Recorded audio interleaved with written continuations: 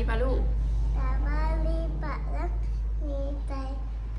หาอีปลาโลล่าโอ้คนเต่าโอ้พ่อพ่นข่าววะพ่อพ่นข่าวไพ่ผูบอคนเต่าหางเกีย วันนี้เราจะไปหาพ่อหน่อยนะสบายดีพี่น้องกับสบายดีสวัสดีเด้อสบายดีตอนเช้าหน่อยนะตอนนี้กำลังสิออกไปเมื่อหน้าพี่น้องมาบังกล้องที่ไหน กำลังสิออกไปเมื่อหน้าพี่น้องเพราะว่าสิไปเบิ่งไอดอนพ่นขาวเนาะพี่น้องมือนี่เพราะไอดอนพ่นขาวอยู่แถวโอ้ยสิหือเสียขึ้นอีหยังอยู่แถวไกลๆพี่น้องเนาะอยู่หน้าติดบ้านพี่น้องมี3 ล้านก็สิมีร้านนี้พอเน่แล้วก็ร้านอันนั้นคนในบ้านใน2 ล้านเนาะพี่น้องก็เลยสิไปหาเพิ่นมื้อนี้เพราะว่าทางมันก็ไปง่ายเนาะพี่น้องทางไปง่ายแล้วก็มันอยู่ไกลแน่ก็เลยสิไปเบิ่งนำแล้วก็สิไปซอยอีพอนะสบายดีป่ะลูกพี่ลูกเฮ็ดดี สบายดีปะเด้อ ๆลูกดีๆแต่ว่าไปเดี๋ยวก่อนอื่นแม่น้ำคิงสิไปอันนั้นซื้อน้ำมันก่อนพี่น้องซื้อน้ำมันไปส่งพอไปส่งไอดอนเนาะเพราะว่าเพิ่นไปแต่เช้านะพี่น้องปั๊มบ่ทันได้เปิดเนาะ มาจังก่อ เพิ่น น ไปแต่เช้าปั๊มบ่ทันได้เปิดพี่น้องเพราะว่าต้องไปเช้าแน่เพราะว่ามีอันนั้นรายงานเนาะรายงานไปเดี๋ยวไปพอกันเด้อ น่าคือขึ้นเรือน อยากกระนังลงดีๆไปห้าใส่เสื้อแค่นี้เอาติดลงบันนางไปห้าใส่เสื้อแค่นี้เอาไว้มีใส่เสื้อพี่น้องนี่ได้กระตา เดือดเดือดเดือด ไปพี่น้องมื้อนี้กับ่ได้ไปตลาดเนาะพี่น้องเพราะว่ามื้อนี้เป็นมื้อวันศุกร์มื้ออื่นก็จักสิได้ไปตลาดวันเสาร์ มัน พี่น้อง ลื่นตับว่ะ เลยตลาดวันเสาร์ อีหยัง แต่วันอาทิตย์ก็สิไปตลาดอีกเนาะเสื้อผ้าก็ยังแค่นี้แหละพี่น้องเสื้อผ้าเป็นกิ้งก็ยังบ่หลายเนาะปกติ2ห้าวนะวันนี้ยังห้าวเดียวเนาะพอมือไปขายอยู่ตลาดคำแปงกับพ่อเลยขายอยู่พี่น้องเนาะรายเงิน4-5 แสน6 แสนนี่แหละประมาณนี่แหละพี่น้องเนาะเพราะว่าในส่วนนี้มันกับสิขายให้มันเบิดนะพี่น้องมันยิ่งกับบ่ได้เอาข่าวได้ๆพวกงานนะ มันลื่นตับว่ะ งานไม้ผมพวกงานอันนี้โดนไม่ต้องคิดกับสิบ่ได้เอาข่าวเนาะเพราะว่ามันก็หลายแฮะพี่น้องเสื้อผ้าอันนั้นเสื้อผ้าอิหยังก็เสื้อผ้าแขนยาวเสื้อผ้ากันหนาวเนาะเสื้อไม้ผมเสื้ออุ่นจังซี่มันก็หลายแฮงอยู่ตลาดมีแต่ว่าแม่นคิดสิขายพวก นี่เบิดแต่ก็บ่ได้เอาเขาเนาะบ่ได้เอาเขาเสียเป็นพวกเสียไม้ผมนี่แหละพี่น้องแต่ว่าสิเอาเขาเป็นพวกส่งแบบส่งแพทย์สัตว์เนาะส่งแบบเขาเอิ้นหยังส่งใบดุลส่งอันนี้หั่นนะเอาไปซื้อน้ำมันให้พ่อก็สิเปลี่ยนเป็นแนวอื่นขายเนาะก็เสียปลานี่แหละแต่สิเปลี่ยนอิหยังก็เปลี่ยนส่งเปลี่ยนแบบขายเนาะพวกนี้ก็สิเอามาอีดอกน้อยนึงคันมันบ่ทันได้เซาหนาวเลยเพราะว่าคันมันเบิดหนาวมันก็อยากขายอยากเนาะพี่น้องบ้านเฮาน้อยได้ที่เขาจะซื้อแบบเป็นเสื้องานใบผมอีหยังใส่แต่บางงานแฟชั่นอันนี้ขายดีเนาะงานใบดุดงานเด็กน้อย เป็นพวกเสื้อยืดหรือว่าเสื้อแขนยาวแบบใบจำเป็นน้ำคิงใส่ก็ขายดีพี่น้องว่าจะน้อยกับว่าในส่วนเดือนนี้มันก็สิเป็นเดือนเทศกาลเนาะจะน้อยกันปีใหม่งานบุญงานหันงานดีแล้วจังสิได้ ยุ่งกับว่า คนก็สิ เป็นเนี่ย คือ นะ นี่ใช่เสื้อคือน้องนี่อยู่ได้กระตาบนน้ำตุ่อยู่ได้กระตาบนตุ่ฮะปะพี่น้องเดี๋ยวไปพอกันเลยไปดูพี่สิไปเบซื้อน้ำมันก่อนเนาะเดี๋ยวไปเบิ่งไอโดนพ่นถอดใส่เลยเนาะ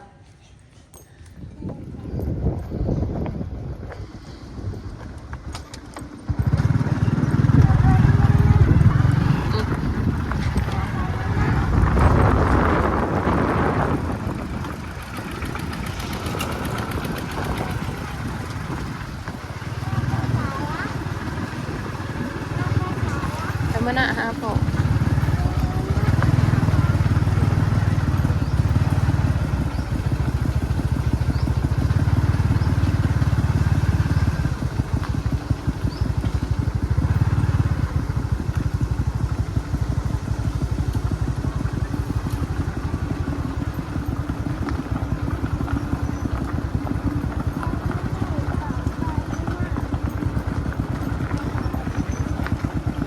ไปไหวเผาไปเมื่อน่ะฮะร้อน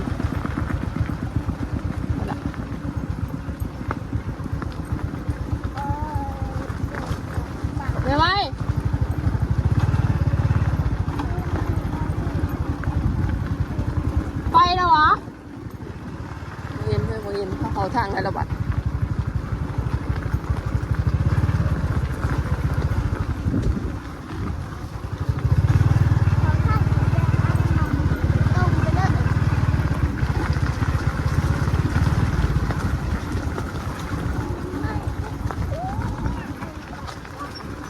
โอ้ผูกกองเขาเองเขาไปทางไหน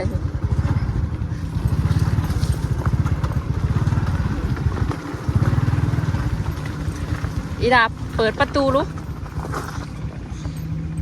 เปิดออก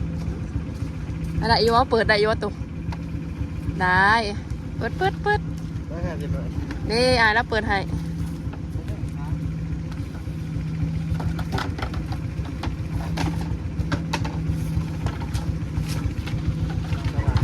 นี่ขอบใจเด้อ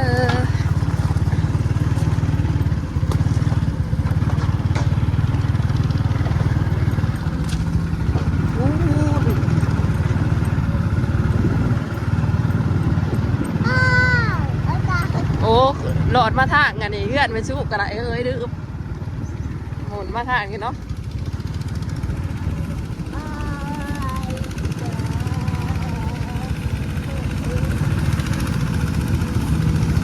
เอาเราบลายไปเลยเนาะ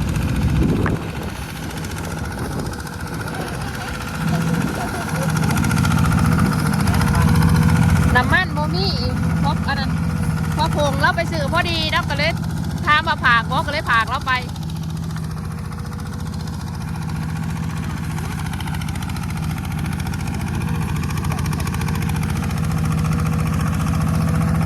ไปบ้าผักไปหาโดนนะโดนอู้ยดาวขี่นะคักเว้ย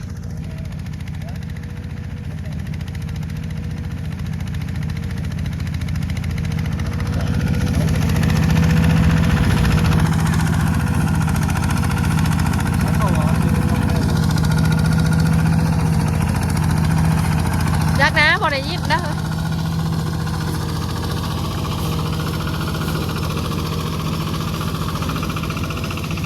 ก็เลยหาใบอยู่ฝุ่นอยู่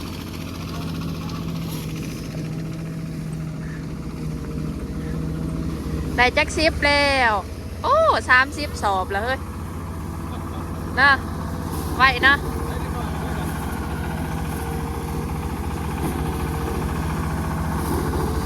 เราบริพ่นเลยว่าเราไม่ทันเดี่ยวกล้องนะ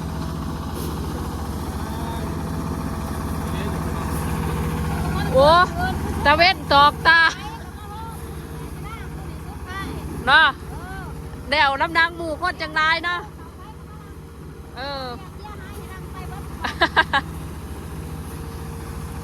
สิพาไปซ้ายหน้าใกล้ๆโอ้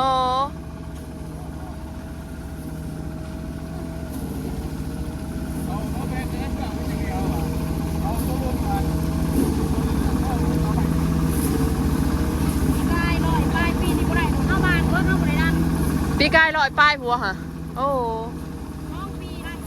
เออ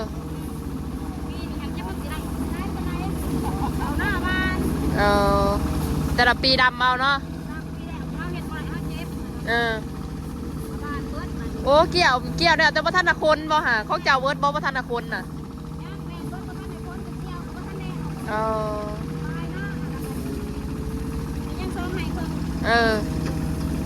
พอดีมอเป็นยังหรอกมายำไรกันไรพอบอกฟันก่อนพอหาจะยุ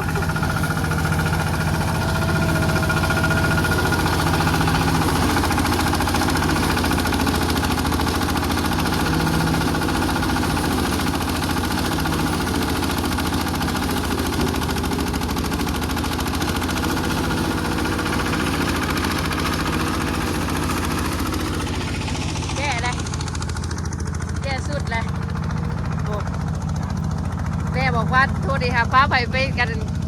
ใส่ไปเมื่อเซ่บ่จะไปเดือดชุดเองอีกแล้วสิไปเมื่อหน้าสิไปหาพ่อกูลาไปเด่นน้ำหนองแค่ไหนหนองอยู่หนองเด่นอยู่เด่นน้ำหนองไว้หูหนองอยู่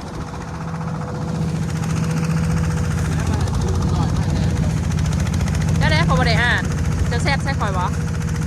เดี๋ยวหน่อยสิไปซื้อให้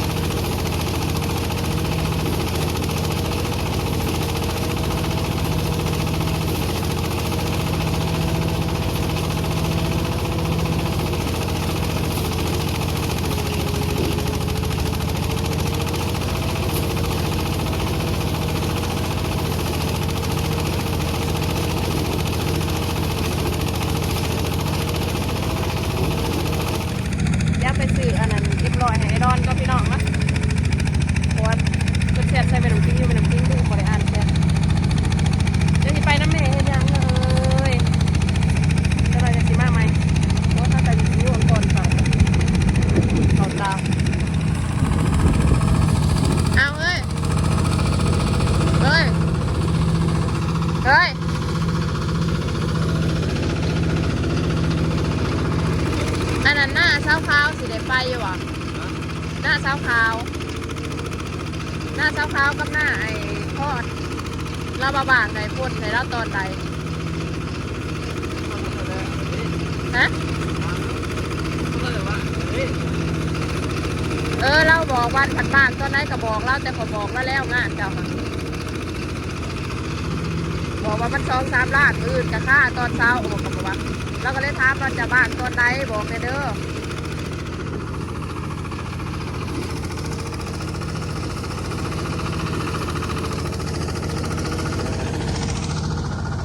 ลาปิดกับแจรถแม่เนี่ยครับ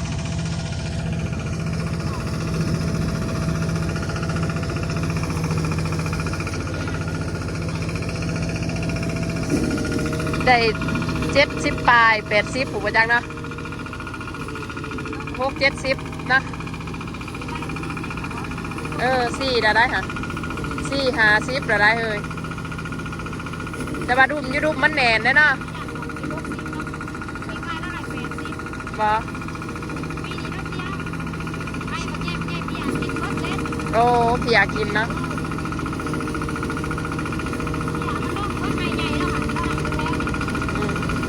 ดี๋ยวมาเบิ่งกันมาร้านตัวนี้สิได้จักสอบพี่น้อง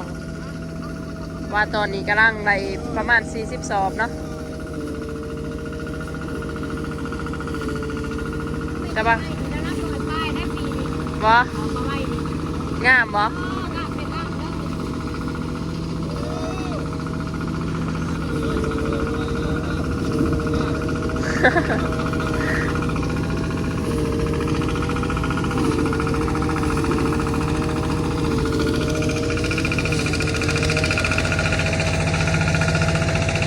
แซ่บปะฮะ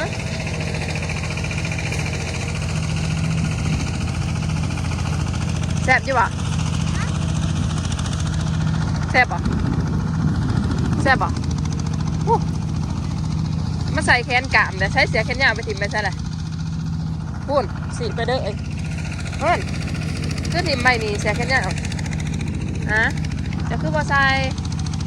พูดเพื่อมาอยากให้ใส่เสียแขนยาวพูดปวดคนขี่ห้องเอาร้านมา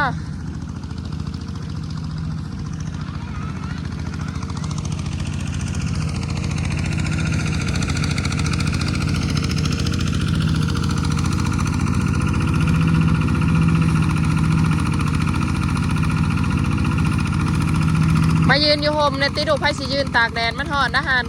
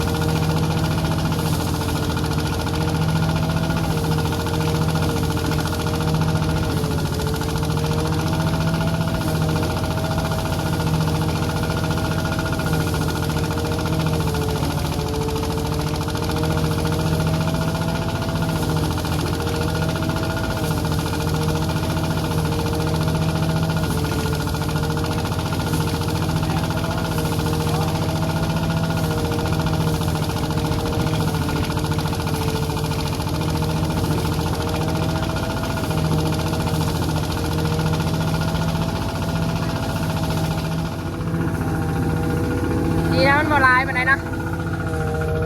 จะมันออกนอกเนาะออกหน้าเอาผมดิออกนอกนะพี่น้องมันหนาวมันดีควรตกดิบบางอย่างดูพาลำมันจะสดพาลำมันหนาวแตกก็แตกหนักไหมนะไม่รู้แพงกันนะเป็นหน่อยไก่แล้วได้ประมาณ5 สอบ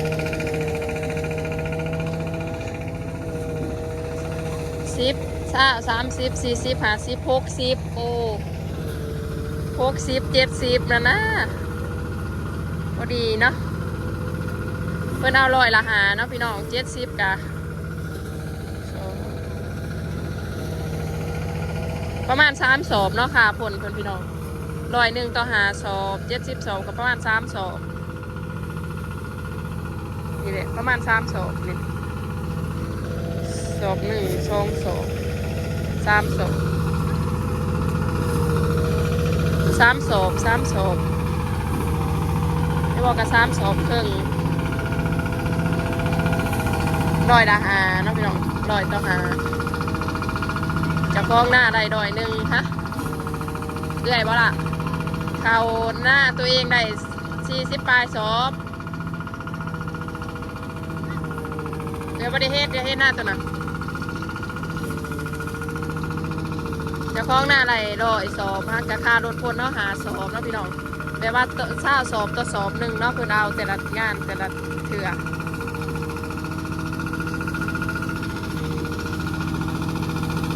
เดี๋ยวย่างแต่ตัวนี้เดี๋ยวมาเบิ่งกันบัตรสิได้จักสอบเป๊ะๆเนาะบ่เกินได้70นี่ละ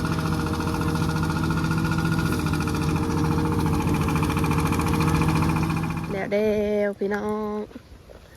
เดี๋ยวนี่ก็ไปใช้ปะนี่ไปต่อร้านนี้พ่อบ่ไอ้พ่อได้รับจักสอบ200บ่พ่อคือว่า200เฮ้ยได้ต่ำตีได้สูงใบโดดได้จักสอบร่วมเบิด65บ่ก็ว่าอยู่บ่เกินในประมาณ60ปลาย70นี่แหละเป๊ะเนาะเฮ้ยมันตายได้บางปีกายได้จักสอบได้เลย80ปลายด้วยเฮ้ยโอ้เขาไพ่กับบะยากกันนี่เนาะคือว่าแหละพี่มันได้เนาะปีนี้เนาะมันตายเขามันตายได้เดี๋ยวไปสอบแถวดุ่มบ่แถวหนามท่วมนี่นะแถวหัวเมนเบิดบ่ไหลเบิดบ่ไหลเบิดนะไหลแต่แถวเทิงหน้าลำบ่เอามาแกะลำเบิดนะนี่แต่ลำเอาที่กระสอบส่งขึ้นเอาสามกระสอบเพราะไหลเขาเนี่ยมันหนาสีเบิดเนาะ70นึงกันไรวะสอบ3,000ได้อะไรนะโอ้ยมันบริเขาเรียกอ่ะเจ้าตัวนี้ใส่มันเหมือนเจ้ากระแบกครึ่งใส่กระสอบมันมัดไล่ซื้อกระสอบท่านผุดร้ายกว่า70 2ขาพ่นกับ3 สอบเนาะพี่น้อง3 สอบครึ่ง3 สอบใช่ดอกเฮ้ยนายเองได้48 49 50 สอบน่าเองนะแต่ว่าไปต่อหน้าอีพอจะอยู่ใส่พ่อกองเขาจะอยู่ใส่พอได้ดอนนี่แหละไปผักนะผู้วะผักห้องหน้าทงที่2เนาะพี่น้องเดี๋ยวไปเบิ่งน้ำกันทงได้ดอกคอยเขาว่าเพื่อ2 ชั่วโมงแล้วเขาไปนี่โว้ยฮะกับพี่น้องนะคะกับสีได้ไปต่อเนาะไปต่อหน้าอีพอมาเบิ่งกันว่าสีได้จักสองหน้าทงที่2นะทงตัวนั้นได้จักสองลืมนะเดี๋ยวไปน้ำจิ้มกันสีได้ปิดคลิปไปเพียงจะมีเด้อพี่น้องต่อกันคลิปหน้าเนาะคลิปนี้กะไรจะฟ้องหน้าอะไร65 สอบค่าพ่นกับประมาณ3 สอบนะเล่นปะประมาณ3 สอบนะพี่น้องค่ารถพ่นครับน้ำจิ้งกับบคอยได้ไปนับเนาะกันทางง่ายๆแม่น้ำจิ้งกันสิไปนี่ก็เป็นหน้าไอพอแม่น้ำจิ้งกันเลยสิไปเนาะเดี๋ยวไปดูดน้ำกันหน้าทงที่2เนาะแต่บ้านหน้าตัวนี้มันก็เห็ดร้ายแล้วก็เห็ดงามเนาะพี่น้องไปเดี๋ยวไปเบิ่งน้ำกันพี่น้องเดี๋ยวขอตัวลา FC ทุกคนไว้สำนีเด้อสำหรับคลิปนี้เนาะพี่น้องขอบใจขอบคุณที่เข้ามาเบิ่งพอกันใหม่คลิปหน้าสบายดีเด้อ